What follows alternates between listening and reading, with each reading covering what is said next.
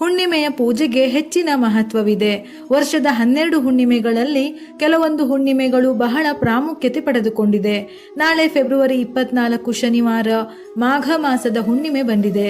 ಮಾಘ ಮಾಸದ ಹುಣ್ಣಿಮೆಯ ದಿನ ಮಾಡುವ ಸ್ನಾನ, ದಾನ, ಪೂಜೆ ಪುನಸ್ಕಾರಗಳಿಗೆ ಶ್ರೇಷ್ಠವಾದ ಪುಣ್ಯಗಳು ಲಭಿಸುತ್ತದೆ. ಮಾಘ ಮಾಸದಲ್ಲಿ ದೇವತೆಗಳು ಭೂಮಿಗೆ ಆಗಮಿಸಿ ಕೆಲವು ದಿನಗಳ ಕಾಲ ಇಲ್ಲೇ ನೆಲೆಸಿರುತ್ತಾರೆ ಎನ್ನುವ ನಂಬಿಕೆ ಇದೆ. ಹಾಗೆಯೇ ಭಗವಾನ್ ವಿಷ್ಣುವು ಸ್ವತಃ ಗಂಗಾ ನದಿಯ ನೀರಿನಲ್ಲಿ ಸ್ನಾನ ಮಾಡುತ್ತಾನಂತೆ. ಹಾಗೂ ದೇವಾನು ದೇವತೆಗಳು ಸಹ ಗಂಗಾ ನದಿಯಲ್ಲಿ ಸ್ನಾನ ಮಾಡುತ್ತಾರಂತೆ. ಗಂಗಾ ಜಲವನ್ನು ಸ್ಪರ್ಶಿಸುವುದರಿಂದ ದೇಹದ ಎಲ್ಲ ಕಾಯಿಲೆಗಳು ಗುಣವಾಗುತ್ತವೆ. ಆದ್ದರಿಂದ ಈ ದಿನದಂದು ಗಂಗಾ ಸ್ನಾನಕ್ಕೆ ವಿಶೇಷ ಮಹತ್ವವಿದೆ. ಹಾಗಾಗಿ ಈ ದಿನ ಗಂಗಾ ನದಿ ಅಥವಾ ಪವಿತ್ರ ನದಿಗಳಲ್ಲಿ ಸ್ನಾನ ಮಾಡುವುದರಿಂದ ಆ ವ್ಯಕ್ತಿಯು ಪಾಪಗಳಿಂದ ಮುಕ್ತನಾಗಿ ಸ್ವರ್ಗವನ್ನು ಪಡೆಯುತ್ತಾನಂತೆ.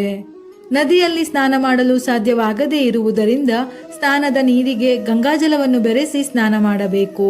ನಂತರ ನೀರಿಗೆ ಸ್ವಲ್ಪ ಅರಿಶಿನ, ಕಲ್ಲುಪ್ಪನ್ನು ಸೇರಿಸಿ ಆ ನೀರನ್ನು ದೇವರ ಮನೆಯ ಮುಖ್ಯ ದ್ವಾರದ ಹೊಸ್ತಿಲು, ಮನೆಯ ಎಲ್ಲ ಕಡೆಯೂ ಸಿಂಪಡಿಸಬೇಕು. ಇದರಿಂದ ನಕಾರಾತ್ಮಕ ಶಕ್ತಿಗಳಿದ್ದರೆ ನಿವಾರಣೆ ಆಗಿ ಶುದ್ಧವಾಗುತ್ತದೆ. ಸಾಮಾನ್ಯ ದಿನಗಳಲ್ಲಿ ಮಾಡುವ ಪೂಜೆಯ ಫಲಕ್ಕಿಂತ ಮಾಘ ಮಾಸದ ಹುಣ್ಣಿಮೆಯ ದಿನ ಮಾಡುವ ಸಣ್ಣ ಪುಟ್ಟ ಪೂಜೆ, ಪುನಸ್ಕಾರ, ದಾನಗಳಿಗೆ ಕೋಟಿಪಟ್ಟು ಫಲವು ಲಭಿಸುತ್ತದೆ.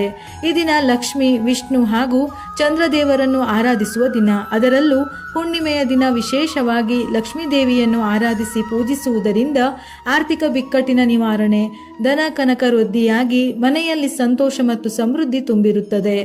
ಅತ್ಯಂತ ಪವಿತ್ರವಾದ ಈ ದಿನ ಹುಣ್ಣಿಮೆ ಉಪವಾಸದ ಜೊತೆಗೆ ಸತ್ಯನಾರಾಯಣನು ಭಗವಾನ್ ಮಹಾವಿಷ್ಣುವಿನ ಪ್ರತಿರೂಪವೇ ಆಗಿರುವುದರಿಂದ ಕುಟುಂಬದ ಸಂತೋಷ ಹಾಗೂ ಸಮೃದ್ಧಿಗಾಗಿ ವಿಶೇಷವಾಗಿ ಸತ್ಯನಾರಾಯಣ ಪೂಜೆಯನ್ನು ಮಾಡಲು ಇದು ಪ್ರಶಸ್ತವಾದ ದಿನ.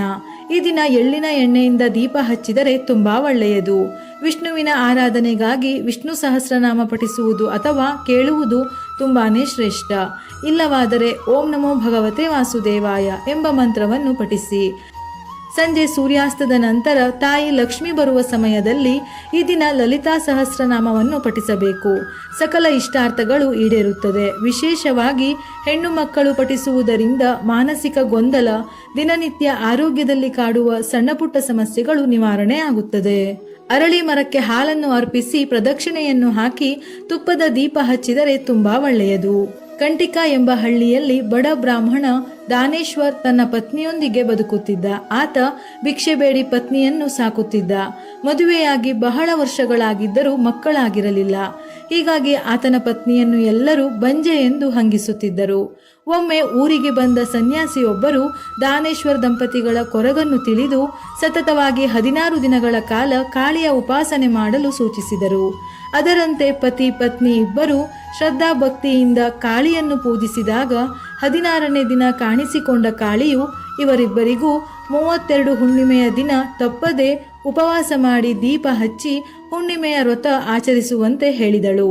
32 ಹುಣ್ಣಿಮೆ ತಿಥಿಗಳ ಬಳಿಕ ದಾನೇಶ್ವರನ ಪತ್ನಿ ಗರ್ಭವತಿಯಾಗಿ ಗಂಡು ಮಗುವಿಗೆ ಜನ್ಮವಿತ್ತಳು. ದಂಪತಿಗಳಿಬ್ಬರು ದೇವಿದಾಸ ಎಂದು ಹೆಸರನ್ನು ಇಟ್ಟರು. ನಂತರ 16 ವರ್ಷದ ಬಳಿಕ ಯಮರಾಜ ದೇವಿದಾಸನ ಜೀವ ತೆಗೆದುಕೊಳ್ಳಲು ಬಂದ. ಆದರೆ ಆತನ ತಂದೆ ತಾಯಿ ಮಾಡಿದ ಹುಣ್ಣಿಮೆಯ ವ್ರತದ ಫಲವಾಗಿ ದೇವಿದಾಸನ ಪ್ರಾಣ ತೆಗೆಯಲು ಯಮನಿಗೆ ಸಾಧ್ಯವಾಗಲಿಲ್ಲ. ಅವರ ವ್ರತದ ಫಲವಾಗಿ ಮಗನು ಅಕಾಲಿಕ ಸಾವು ನೋವಿನಿಂದ ಮುಕ್ತನಾಗಿದ್ದ. ಇದಕ್ಕೆ ಅಲ್ಲವೇ ತಂದೆ ತಾಯಿ ಮಾಡಿದ ಪುಣ್ಯ ಮಕ್ಕಳನ್ನು ಕಾಯುತ್ತದೆ ಎನ್ನುವುದು. ಇದೇ ಮಾಘ ಹುಣ್ಣಿಮೆಯ ವ್ರತದ ಕತೆ.